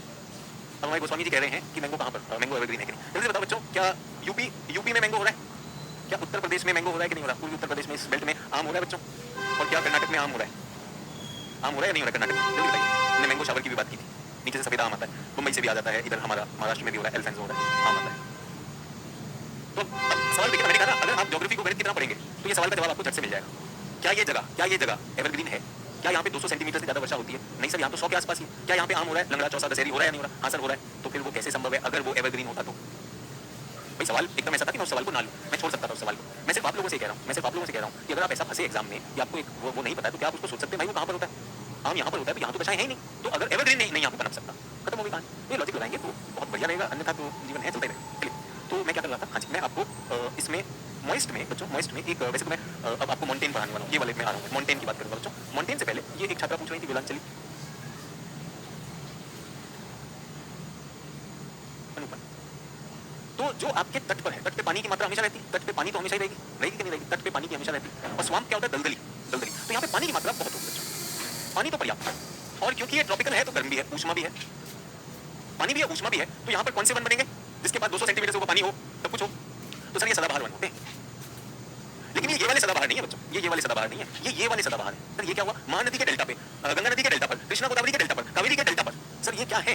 तो इनके पास बच्चों पानी भी बहुत है, पानी भी बहुत है, इनके पास ऊष्मा भी बहुत है, लेकिन एक समस्या है इनके पास, इनका कभी पानी लवणीय हो जाता है और उसमें लवणता बदल जाती है। अच्छा आधे दिन जब इन पे ज्वार आता है, पानी में इनका आधा शरीर डूबा रहता है, कभी बाहर निकल आते हैं, कभी डूब जाते हैं, बाहर निकल आते डूब जाते हैं। तो ये सदाबहार भी है, लेकिन सदाबहार के साथ अनुकूलित भी हैं, क्योंकि ये जगह बहुत मुश्किल है सर्वाइवल के लिए। They are adapted also. These are evergreen and adapted forests, and they include varieties like mangrove. तो मैंग्रोव ये होते हैं। तो मैंग्रोव विशेष होते हैं, आपको एनवायरमेंट क्लास में बताया गया होगा और मैं भी बता रहा हूँ कि ये जो है बदलती हुई लवणता को, changing salinity they can take on salinity, they can take on intermittent submergence, they can take on strong winds. Yes, and those have to adapt. That is why these are called mangrove. ठीक है, clear हो गया? चलिए, तो ये भी हमने बात कर ली और इसी में अब किसी ने कहा कि sir state of forest report आप कराएंगे? मैं नहीं कराऊंगा भाई state of forest report, but मैं आपको दिखाना चाहता हूँ कि बिगिनिंग ऑफ 20th सेंचुरी में 30% जो है फॉरेस्ट से भरा हुआ था। 2015 में क्या हो गया? 21 हो गया। अभी हाल ही में बढ़ के वो कितना हुआ? 24 हुआ है। ये कहाँ पर है? Indian state of forest report. ये आपको सर ने एनवायरमेंट में कराया होगा। ये हर 2 साल पे छपती है, फॉरेस्ट सर्वे ऑफ इंडिया इसको देहरादून से छपता है। ठीक है, और आपके अटेम्प्ट जो 23 वाला आ रहा है, 23 में तो 23 वाली नहीं छपी होगी, 24 में 23 वाली आएगी अभी, 24 में 23 वाली आएगी, तो तब तक 21 वाली का टिका आपका चल रहा होगा। सर ने, I am sure, Abhishek sir ने 2021 की ISFR आपको करवाई होगी। ऐसे नोट्स बना सकते हैं आप, बहुत से बच्चे बना के रखते हैं कि भारत में 2021 में जो लास्ट रिपोर्ट थी, जो प्रकाशित हुई, भारत में लगभग 24.6% वन है। ठीक है, ये वन भी है, आप देखेंगे एक तो वन होता है और एक होता है वृक्ष आवरण। वृक्ष आवरण क्या होता है? Tree cover. तो क्या इनकी परिभाषाएं, मैं उसमें जाना नहीं चाहूंगा। फॉरेस्ट कवर और ट्री कवर। ट्री कवर में कुछ ऐसे क्षेत्र जो फॉरेस्ट में तो नहीं आते, फॉरेस्ट की परिभाषा में नहीं आते, लेकिन वहां पर गुच्छे होते हैं ट्रीज के, तो वो होते हैं। ठीक है, उसके बाद हमारे पास इनमें 3 श्रेणी होती है, very dense, moderately dense, open forest. तो वेरी डेंस कितने हैं हमारे पास? अति सघन 3%, मात्र 3%। मॉडरेट हमारे पास लगभग 9%, ओपन जो है ये भी खुले वन। खुले वन क्या होते हैं? वही खुले वन जिनमें घास फूस खूब सारी होती है, खुले वन होते हैं। और ये हमारा झाड़ी होता है, 1.4% स्क्रब जो है हम इसे झाड़ी कहते हैं। ठीक है, अगर हम बात करें कि कहाँ पर, किस राज्य में हमारे पास ज्यादा वन है, ये तो मैंने आपको दिखाया कि 24% हमारे कुल वन है, 3% हमारे बहुत सारे जो सघन वन है। तो किन राज्यों में हमारे पास ज्यादा वन है? तो रिपोर्ट ये भी बताती है कि भारत में अगर क्षेत्रफल की दृष्टि से देखा जाए, area wise if we are looking at that, तो मध्य प्रदेश, अरुणाचल प्रदेश, छत्तीसगढ़, ये 3 जो है ये टॉप रहते हैं। इनका मैंने फॉर्मूला बहुत पहले जब तैयारी कर रहा था, मार्च बनाया था, मार्च, और ये कभी चेंज नहीं हुआ। तो अभिषेक सर ने इन सब का नोट्स बनवाया, तो बहुत अच्छी बात है। इसलिए मैंने कहा कि मुझे उसको करवाने की जरूरत नहीं, तो आपको कहाँ पर वन है वो भी हम देख लेते हैं। इसका उत्तर कैसे होगा? वो होगा। ठीक है, तो किसी ने सर मैं अभी रिवीजन कर रही हूँ, सर ने बहुत डिटेल में करवा दिया, तो आपके पास ये लिखा हुआ है। उसके बाद क्या है कि हमारे फॉरेस्ट कवर में कुछ बदलाव आए हैं। क्यों बदलाव आए हैं वो भी रिपोर्ट बताती है कि हमने वनीकरण करना शुरू किया, उनका संरक्षण शुरू किया है, और एक्सपेंशन ऑफ TOF कहते हैं हमने, ट्री आउटसाइड फॉरेस्ट की एक वर्ग होते हैं, उन सबको हमने बढ़ाया है। तो ये किसी टॉपर ने अपने समय में अपने नोट्स लिखे होंगे, तो उसने मुझसे शेयर किए होंगे, और मैंने छात्रों को। तो आप लोगों के पास ऐसे नोट्स बने होते हैं, बहुत ज्यादा लिखना नहीं होता, वो एक ही जगह पे सब चीजें, भाई क्यों बदल रहा है, क्या बढ़ रहा है, क्या घट रहा है, ये सारी चीजें अपने आप हमारे पास उस रिपोर्ट से हमें पता चलती रहती है। ठीक है, अब हम आते हैं उस रिपोर्ट के बाद अलग अलग जो फॉरेस्ट हैं, जो मैंने अभी आपको पढ़ाया। ठीक है, क्या है इसमें? हमारा पहले आ जाता है मॉइस्ट ट्रॉपिकल। तो ये बहुत ऊंचे फॉरेस्ट होते हैं, 200 से 300 सेंटीमीटर रेनफॉल होती है। सेमी एवरग्रीन क्या है, इससे थोड़ा कम हो जाता है। ये कहाँ पर मिलेंगे? पूर्वोत्तर में मिलेंगे, अरुणाचल में मिलेंगे, सदर्न ट्रॉपिकल वेट। ये सारी चीजें मैंने आपको लिखवा दी, बट स्लाइड की दृष्टि से जो लोग इसमें होते हैं। अब ट्रॉपिकल जब हम डेसिडुअस में आते हैं, डेसिडुअस में आप देखेंगे जो मॉइस्ट वाला है वो 100 से 200 वाला होता है, और यहाँ पर टीक और साल आ जाती है। फिर अभी हमने वेलांचली की बात की, हमने लिटोरल और स्वैम्प की बात की। यहाँ पर हमारे पास लिटोरल के तट होते हैं, अंडमान निकोबार, तमिलनाडु, ये सारे जो है यहाँ पर क्या आते हैं? कैजुअलिना आ जाएगा, और हमने कहा मैंग्रोव यहाँ पे खूब होता है, तो मैंग्रोव के वन यहाँ पर मिलेंगे, इसकी भी आपसे मैंने बात कर ली। उसके बाद मैंग्रोव कितने हैं वर्ष में? तैयब कह रहे हैं, थैंक यू सर, बाय। तो तैयब जहाँ भी जा रहे हैं आपको शांति मिले। बाकी लोग क्लास में आ रहा है, जा रहा है, आ रहा है, निकाल रहा है, वो भी सूचना देकर जाता है। याद है अपने ऑफलाइन क्लासेस में, स्कूलों में क्या होता है? मैडम मैं गो टू द बाथरूम, तो लिख रहा है ओके सर मैं जा रहा हूँ। तो मुझे क्यों लिख रहे हो? जिसको लिखना चाह रहे हो पता नहीं पढ़ भी रही है कि नहीं पढ़ रही है। ठीक है, और जिसको तुम सोच रहे हो पढ़ रही है, हो सकता है पढ़ रहा। Mangrove cover in India. तो 2021 की ये वेलांचली वनों के लिए बता रहा हूँ। तो वेलांचली वन किसी ने पूछा, तूने सर वेलांचली बताई, वेलांचली बताई। भाई वेलांचली तो मैं बताऊंगा ही ना, ये वेलांचली वनों का एड्रेस है। वेस्ट बंगाल में सुंदरबन में, ओडिशा में आपका चिल्का और महानदी हो गया, आंध्र प्रदेश में कृष्णा गोदावरी हो गया, तमिलनाडु में कावेरी हो गया, केरल में ये हिस्सा आ जाता है, केरल में गोवा में जो ज्वारी और मांडवी था, मुंबई में जो आपको मीठी नदी बताया, और ये हमारे दोनों किसी बात है। और इसका डेटा आपको निश्चित रूप से एनवायरमेंट में सर ने को कराया है। मैक्सिमम मैंग्रोव कवर सबसे ज्यादा कहां पर है? पश्चिम बंगाल, गुजरात, अंडमान निकोबार, यहीं पर होना है। पश्चिम बंगाल में बहुत बड़ा है, लगभग आधा देश का जो मैंग्रोव है वो पश्चिम बंगाल में, आधा देश का जो मैंग्रोव है वो पश्चिम बंगाल में होता है। ठीक है, उसके बाद उन्होंने कहा मैंग्रोव जो है ये बढ़ रहा है, ओडिशा में बढ़ रहा है, और जो है यहाँ पर लोग इसको प्रोटेक्शन भी दे रहे हैं, कुछ ऐसी बात ये हो गई। तो ये मैंग्रोव के बारे में आपकी रिपोर्ट के बारे में जस्ट जैसे किसी ने कहा आधा अधूरा पढ़ा रहे हो, अरे चाचा लेकर आ दें, दूसरे टीचर ने करवाना है, बट ये वाला कि भैया इन्होंने आधा अधूरा पढ़ाया, ये वो वाला आपको पता है ना, ये थॉलनी फॉरेस्ट है, सिर्फ कांटे कांटे निकल रहे हैं। नूर सर नोट्स कैसे बनाएं, सर दांत कैसे मांजें, अब बंद कर दें इसे, परीक्षा पास में आने वाली है, मेरा आखिरी कोर्स चल रहा है, अभी तक आप इसी खेल में नोट्स कैसे बनाएं, ये तो मुश्किल हो जाएगा। नूर ट्रॉपिकल ड्राई डेसिडुअस, ये हमारा लार्जेस्ट फॉरेस्ट है, सबसे बड़ा। अगर पूछा जाए क्षेत्रफल की दृष्टि से सबसे बड़ा वन कौन सा है, तो ये बहुत क्लियर रख लीजिए, हमारा dry deciduous is the largest. Dry deciduous is the largest. यहाँ पे सीजन का बहुत प्रभाव पड़ता है, और ये हमारे हिमालय से लेकर कन्याकुमारी तक फैला हुआ है। वो जो आपने देखा 80 से 100 सेंटीमीटर के बीच में जो मैंने आपको दिखाया, वो आपको चित्र से आप सोचिए इतना सारा पढ़ने की जगह जो हमने पहले ही नियम कर लिए, ये वाले नियम जब हमने देख लिए थे, जब हमने सबसे पहले ये वाले नियम देख लिए और ये देख लिए, तो उतना ही पढ़ना हमारा कम हो जाता है कि नहीं हो जाता? तो जो बात होती है स्मार्ट लर्निंग और जो है डोंकी लर्निंग वाला, वो सारी स्लाइड इकट्ठी कर रहा होता है, बाद में डिस्ट्रिक्ट कलेक्टर बने स्लाइड कलेक्टर बन जाता है। ठीक है, और जो ये वाला उसको तो साफ दिखाई दे रहा है, जो काम की चीज है वही लिखेगा। यस, तो ये मैंने आपको फिर भी जो बोले होते हैं ना, अरे ये दिखाया नहीं लिखाया नहीं, पॉज कर लो, छापो, बढ़िया से छापो। 2070 में बहुत टाइम, तो उस क्षेत्र में जहाँ नदियों का मुहाना होगा वहाँ मैंग्रोव होगा, बिल्कुल हो सकता है, तटों पर बिल्कुल हो सकता है, एस्चुरी में, डेल्टा में, बिल्कुल सही कह रहे हैं। अब हम आगे चौड़े पर्णपातियों पर, तो चौड़े पर्णपाती, जब तक पर्णपाती की हम बात कर रहे हैं, ये हमारे पास एक। अब इसमें बच्चों मैं सिर्फ एक विशेष की बात करना चाहता हूँ। हमारे पास एक जगह पर ड्राई एवरग्रीन फॉरेस्ट, बहुत से लोग जब इसको पढ़ते हैं तो वो इसको गलत मानते हैं कि आप एवरग्रीन हो तो आप ड्राई कैसे हो सकते हो। ड्राई एवरग्रीन हमेशा याद रखना, भारत की सबसे इंपॉर्टेंट, भारत में सबसे बड़ा क्षेत्रफल किसके पास, मैक्सिमम एरिया कौन से फॉरेस्ट में है, ड्राई डेसिडुअस में, ड्राई डेसिडुअस, ठीक है। ड्राई डेसिडुअस को हम क्या कहते हैं, शुष्क पर्णपाती, ठीक है। पहला प्रश्न ये हमेशा याद रखना। मानसूनी वन का मतलब क्या है, भारत के वन मानसूनी वन कहलाते हैं। So what is the meaning of monsoon forest, अगर कोई ये प्रश्न पूछता है मानसून फॉरेस्ट क्या होते हैं, मानसून फॉरेस्ट होते हैं आर्द्र पर्णपाती, मॉइस्ट डेसिडुअस प्लस प्लस शुष्क पर्णपाती, ड्राई डेसिडुअस। दूसरा क्वेश्चन, दो एग्जाम की दृष्टि से मतलब बताया आपको, जिसका एरिया सबसे ज्यादा है वो है ड्राई डेसिडुअस। कहां पर होगा, ये 100 सेंटीमीटर के नीचे वाला लाइन, 100 से 60 वाले में यही होता है, 100 से 60 वाले में यही होता है, ठीक है। उसके बाद क्या है, आर्द्र पर्णपाती और शुष्क पर्णपाती दोनों को मिलाकर एक वर्ड बनता है। और भारत में एक विशेष एवरग्रीन है, वैसे तो एवरग्रीन सदाबहार होते हैं, सदाबहार हमेशा मॉइस्ट होते हैं, सदाबहार हमेशा मॉइस्ट होते हैं, लेकिन भारत में कोरोमंडल तट पे, याद रखिएगा, कोरोमंडल तट पर, कोरोमंडल कोस्ट यानी तमिलनाडु का जो कोस्ट है, तमिलनाडु आंध्र का जो कोस्ट है, इस पर एक विशेष कैटेगरी होती है, एवरग्रीन है, सदाबहार है, लेकिन शुष्क सदाबहार, शुष्क भी है और सदाबहार भी है। ये कैसे संभव है, एक विशेष तरह की एक परिस्थिति यहाँ पर बनती है, ठीक है। तो शुष्क सदाबहार वन कहाँ पर है, कोरोमंडल में, हमेशा याद रखना है, इंपॉर्टेंट फॉर द एग्जाम। अब हम बात कर लेते हैं बच्चों इसी में फॉर्मूला में, क्योंकि आपने फॉर्मूला शीट बनाई, यहाँ पर मैं एक और शीट बनाना चाहता हूँ, इसको कहते हैं, और ये मैंने आपको वर्ल्ड ज्योग्राफी में भी कराई, अल्टीट्यूडनल वेजिटेशन, ऊंचाई के आधार पर, ऊंचाई के आधार पर, ऊंचाई के आधार पर हमारी वेजिटेशन, ठीक है। ये हमको इसको बहुत बड़ा बड़ा लिख रहा बार-बार। सर जी कॉलेज में ज्योग्राफी के टीचर ने बताया है कि मैंग्रोव ट्री फ्लड को रोक सकते हैं, जबकि फ्लड दीवार को तोड़ देती है, सर ऐसा कैसे संभव है।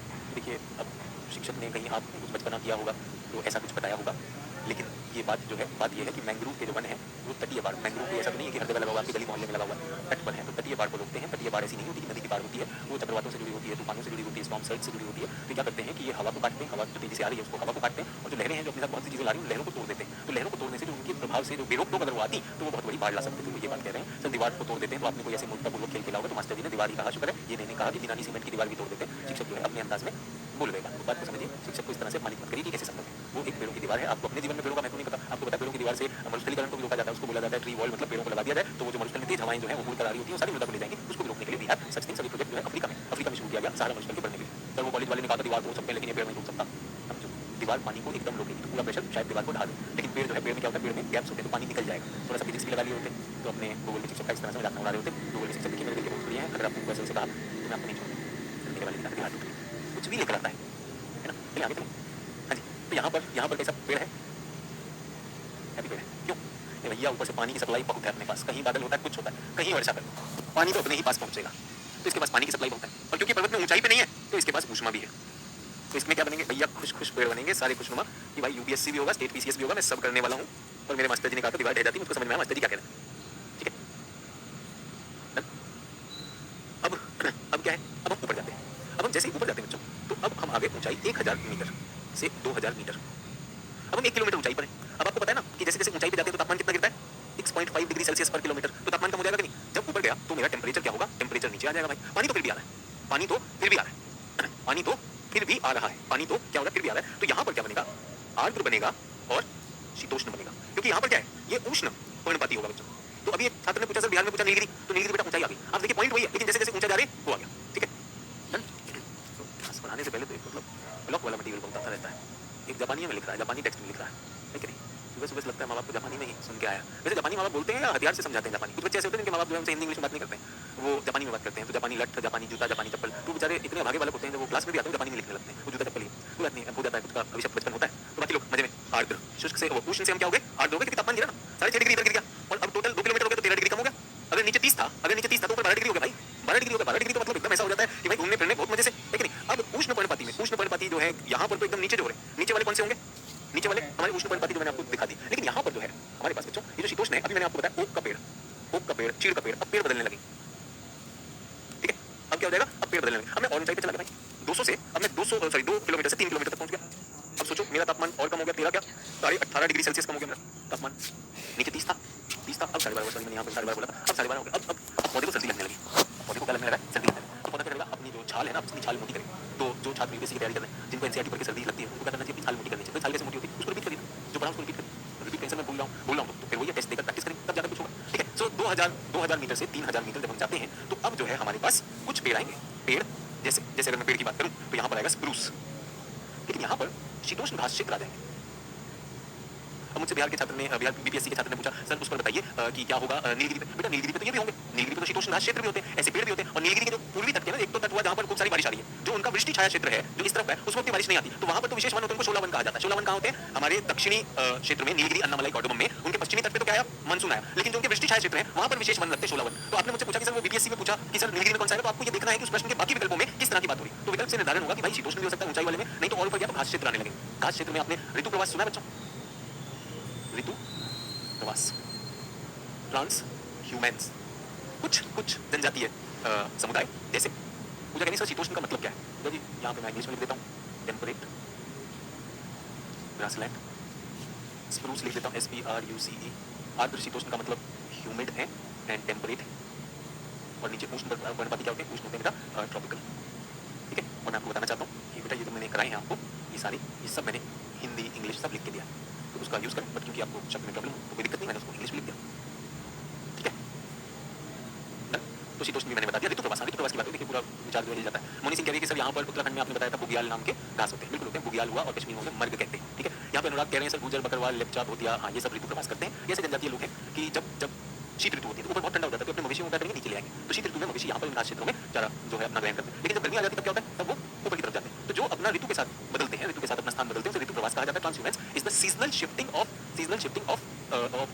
Seasonal shifting of pastoral nomads, उसको ट्रांसह्यूमेंस कहते हैं। ठीक है, मेहरबान बोले सर समझ में नहीं आया, कोई बात नहीं, एनसीईआरटी पढ़ लो समझ में आ जाएगा। ट्रांसह्यूमेंस कोई बड़ी बात नहीं है, एक तरह का प्रवचन है जो ऋतु के साथ जुड़ा हुआ है। ठीक है, अब दिक्कत ये ना हिंदी आती है समझ, इंग्लिश आती है समझ, और फिर ये भी हम कंटीले भी हम, मैं आपको अच्छा नहीं होने वाला है, कर सकता है।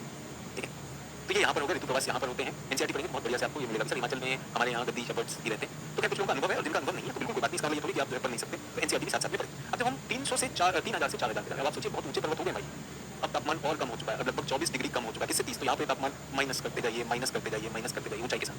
अब ऊपर जो है सारी चीजें बहुत ठंडी हो गई, तो यहाँ पर कौन से पेड़ आएंगे बच्चों? कौन से पेड़ होते हैं ये? शंकुधारी पेड़ होंगे। कौन से होंगे बच्चों? ये होंगे शंकुधारी पेड़। अब यही सर्वाइव करेंगे, अब यही यहाँ पर सर्वाइव करेंगे, और इसको हम क्या कहते हैं? इनका नाम है सिल्वर फर और जुनाइपर। ठीक है, तो सिल्वर फर और जुनाइपर यहाँ के पेड़। अगर आर्द्र शीतोष्ण के आपको देख रहे हैं तो आर्द्र शीतोष्ण में ओक हो गया, चील हो गया। कश्मीर में आपने चिनार सुना होगा, चिनार के वृक्ष, तो ये भी हो गए। अब इसके बाद बच्चों 4000 यानी 4 किलोमीटर के ऊपर यहाँ तो देखो आइस कैप है, आइस कैप यहाँ पर ऑलमोस्ट टुंड्रा आ जाता है। टुंड्रा क्या होता है ये मैं बता दूं, 11 महीने बर्फ। अगर 11 महीने बर्फ है, 11 महीने बर्फ है तो नहीं एक आध महीने पिघलेगा, उसमें कुछ वनस्पति आनी है। तो वनस्पति होती क्या है? वो वनस्पति ज्यादा कुछ नहीं होती है, वो होती है मॉस या लाइकन। ये आपको पर्यावरण में कुछ एक सर फिर बताएंगे मॉस क्या होते हैं, लाइकन क्या होते हैं। सिम्बायोटिक एसोसिएशन है एल्गी का, ये सिम्बायोसिस है, ये सहजीविता का उदाहरण है। सर भैया उदाहरण भी देंगे सारी चीजों का। तो मॉस और लाइकन होते हैं, और कुछ फूलदार पत्ते होते हैं जिनमें छोटे छोटे फूल आते हैं, उनको कहते हैं रोडोडेंड्रॉन। रोडोडेंड्रॉन हिंदी में देवनागरी में यही लिखेंगे सर, ये मॉस को इंग्लिश में कैसे लिखेंगे? एमओएसएस लिखोगे, लाइकन को LICHEN लिखोगे, तो ये रहेंगे। सर ये भी आपने पहले भी बताया था सर, हमें बिल्कुल याद आ गया। तो बताइए बच्चों, क्या भारत की वनस्पति आपको दिखाई दे गई? और पहले जो हमने मानचित्र पे किया था उसने हमारी मदद की या नहीं की या नहीं की? और मैं फिर कहूंगा कि इसमें मेरा और पर्यावरण में अभिषेक सर ने जो पढ़ाया है उसका ओवरलैप आपने देखा होगा। सर ने अपना क्षेत्र कराया, मैंने अपना क्षेत्र कराया, और फिर मैं वही रोने वाला खेलना चाहता है, आधा करवा रहे हैं। जो मेरा क्षेत्र था वो मैंने करवाया, सारे आपको प्रकार बता दिए, किस तरह से उसको सोचना है वो भी बता दिया है। और अंततः जो मेरा काम होना चाहिए, इनका एक भौगोलिक वितरण मोटे तौर पर आसान तरीके से बताना चाहता हूँ, एक बहुत ही आसान तरीका जो GS के बच्चे भी देख सकें। भारत में वनों का भौगोलिक वितरण अगर आपसे ये पूछ लेता है तो आपको वनों के प्रकार पता चल गए, सब कुछ उनके कैरेक्टरिस्टिक्स, उनके जो है किस तरह की दशाओं में उग रहे हैं, क्या चीज़ें सब आपको समझ आ गई। ठीक है, अरे यार एक बेचारा अपना फ़ोन नंबर दे रहा है उसको कि डाउट में हो तो फ़ोन कर लेना। तुम सोच रहे वो करेगी, उसके पिताजी पुलिस में है, दरोगा है, फ़ोन आएगा फिर तुमको तेल में डुबो कि तुम्हारे साथ न्याय होगा। बेकार में तुम्हें बचा रहा हूँ, तुम्हारा नंबर डिलीट कर दिया बेटा कि बेकार में क्लास के चक्कर में जोश में आया और जो है दुर्मुसी आया गया, हो सकता है ना। वो एक तो अपना नंबर देने लगते हैं, अपने को सोचते हैं कि हम ही जो है प्रधानमंत्री हैं तो हमारा नंबर देखने के लिए इंतजार करें। वो नहीं देख रही, दरोगा है, तरह तरह के यंत्र हैं उनके पास, शरीर के तरह तरह के अंगों पर मारा जाएगा, क्या फायदा? तो गूगल का आनंद ले लो। नाम तक तो तुम्हारा हिम्मत नहीं है कि तुम अपना नाम बता सको। KGS यूजर, KGS की और बेइज्जती करवा रहा है, जब तुम्हें पता चलेगा नाम भी छुपा रहा था तो आर्टिफिशियल इंटेलिजेंस से भी मारा जाएगा। आगे पीछे तुम्हारे खाते, तुम्हारे घर वालों के खाते, सबके सब खाना खत्म हो जाएगा, क्या ही मिलेगा, है ना। बड़ी फुटेज मिल गई भाई को, सोचो 30 सेकंड लेगा हमारा KGS यूजर वापस आ जाए। हाँ जी चलिए बाकी लोग आनंद वही क्लास होती तुम लोगों की। एक दो रोने वाले पर्णपाती आते हैं, एक दो चहकने वाले सदाबहार आते हैं, एक दो महकने वाले चंदन के पेड़ आते हैं, सब तरह के आते हैं, एक दो फोन नंबर लेकर आते हैं। तो यह चीज़ को आसान करते हैं। ये क्षेत्र बहुत आसान तरीके से बताऊंगा, बहुत ही आसान तरीके से। आप कहेंगे यार ये बहुत बढ़िया रहा, ये तो मैं एग्जाम में भी कर सकता हूँ। एक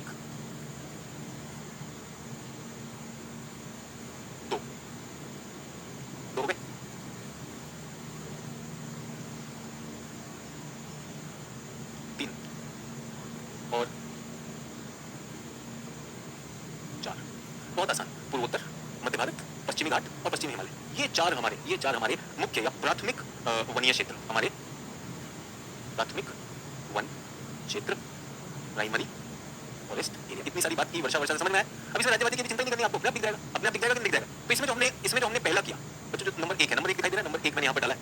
नंबर 1 में बच्चों भारत के 35%, लगभग 35% इसी में, तो सबसे इंपॉर्टेंट हो जाता है कि नहीं हो जाता? सबसे इंपॉर्टेंट तो यही हो जाएगा, अगर 35% इसी में जाने वाला है तो ये क्या है? ये है eastern and central India, central Indian प्लेटू। आप समझ सकते हैं इसमें क्या आ रहा है? मध्य प्रदेश आ रहा है, छत्तीसगढ़ आ रहा है, झारखंड आ रहा है, कुछ पार्ट उड़ीसा के भी आ जाएंगे। तो ये हमारा सबसे इंपॉर्टेंट है। मैं और थोड़ा खींच लेता हूँ, उड़ीसा की तरफ भी ले जाता हूँ। और यहीं पे आप देखेंगे जनजातीय लोग भी हैं, आप देखेंगे वन्य धरोहर भी है, बहुत सारी चीजें हैं, हमारे बहुत काम की चीज है। ये हमारा 35% इसके पास है, ठीक है। दूसरा 25% मामला किसके पास है? पूर्वोत्तर, नॉर्थ ईस्ट। लेकिन इसमें ध्यान रखिएगा, एक अपवाद है, एक्सेप्ट आसाम। आसाम नहीं है। आसाम क्यों काटा मैंने? कोई बताएगा मुझे? भारत के आप सोचिए 60% वनीय क्षेत्र, तो इसी में मामला खत्म हो गया। मैंने आसाम क्यों काटा?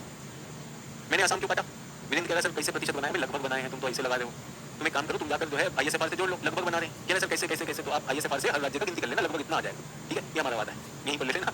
MP, छत्तीसगढ़, उसके बाद झारखंड, ओडिशा। कह रहा सर ये प्रतिशत कैसे लगा? मतलब आप समझ रहे हैं, अगर राइट ब्रेन आपको एक औसत फोटो खींच के दे दे कि मोटे तौर पे ये है, तो लेफ्ट ब्रेन क्या कहता है? बताओ कि राज्य का कितना है, वो रट के बैठेगा।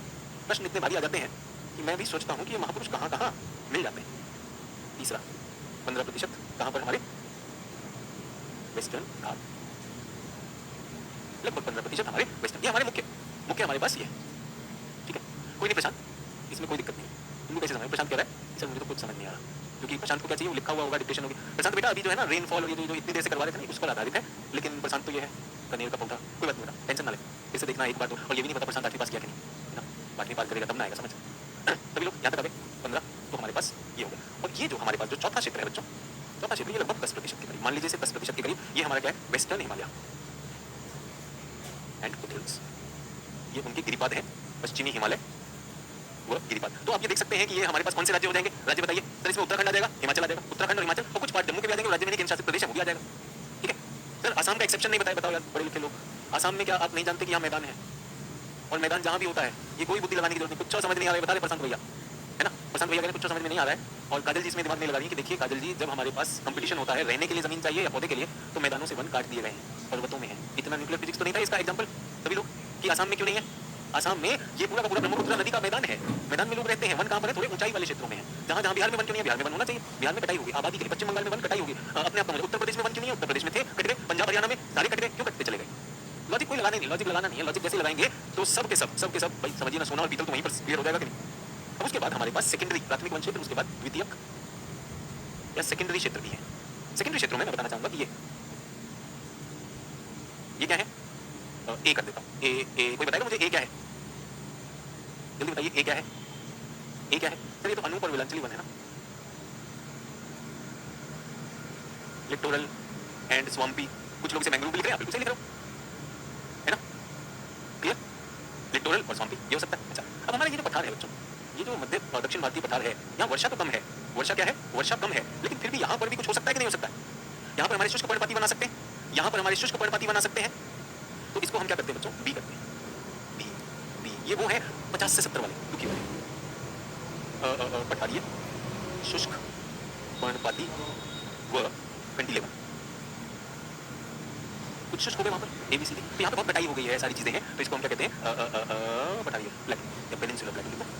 पेनिनसुलर प्लेटू, ड्राई, डेसिडुअस एंड तो असली आपको वन और वन्यजीव बायोस्फीयर रिजर्व नेशनल पार्क देखने को यहाँ पे मिलेंगे। और यहाँ पर है वन, लेकिन ये वो वाले वन है जो खुले वन ज्यादा है, ठीक है सभी लोग। अच्छा एक और आखिरी चीज, मुझे पता है समय हो गया, बस एक थोड़ा सा मुझे अवसर दे दीजिए। टी में भी तो कुछ हमारे पास वन हो सकते हैं। टी क्या है? हमारे द्वीप समूह, आइलैंड ग्रुप। अगर मेरे छात्रों से पूछा जाए कि examine the forest wealth of India, Bharat के वनस्पति या भारत के वनों की संपदा का आकलन करिए और उसका क्षेत्रीय आकलन करिए, तो आसान तरीके से बताया नहीं बताया? सौरभ कुमार कह रहे उत्तरी गोलार्ध में कोलवालिस बल के कारण पवन अपने डायरेक्शन के राइट मुड़ जाती है, बट पछुआ पवन समझ में नहीं आ रहा। तो सौरभ कुमार बेटा जनरल ज्योग्राफी में क्लास जाके देखो, पूरा परिसंचरण है, एक बार नहीं 2 बार देख लो, ठीक है। तो बच्चों ये भारत की वनस्पति समाप्त हो गई। अब हम कल से क्या करेंगे? भारत के मानव भूगोल में घुस जाएंगे। अभी तक जो बताया परीक्षा की दृष्टि से सबसे ज्यादा प्रश्न इसी में से आएंगे। सबसे ज्यादा प्रश्न तीनों भूगोल में ले लीजिए, कुछ बच्चे पूछते हैं इंपॉर्टेंट है, वर्ल्ड ज्योग्राफी, जनरल ज्योग्राफी और इंडियन ज्योग्राफी, सबसे ज्यादा प्रश्न इसी क्षेत्र से आएंगे, मतलब भारत के फिजियोग्राफिक रीजन, भारत की वनस्पति, भारत की नदियां, भारत की मृदा। कुछ लोग कह रहे हैं वो नदी रह गई है पश्चिम वाली, अगली क्लास में करा दूंगा, चिंता मत करिए, ऐसा कोई वो नहीं है कि मेरा उद्देश्य मुझे नहीं करवाना, ठीक है, तो वो भी अगली क्लास में हो जाएगा। तो ये सबसे इंपॉर्टेंट है। उसके बाद मानव भूगोल में जाएंगे। मानव भूगोल में क्या आती है, कुछ इकोनॉमिक्स आ जाएंगे, जैसे हमारे कुछ संसाधन हो गए, कुछ यातायात के वो हो गए, वो सारी चीजें, या ऊर्जा के बारे में आ गया, ये सारी चीजें मैं आगे करूंगा, बट उनका परीक्षा की दृष्टि से थोड़ा सा कम भूमिका है, क्योंकि मैं आंकड़े ज्यादा है और जो विचार होंगे मैं आपके साथ लाऊंगा। बहुत बहुत धन्यवाद, कर देता हूँ।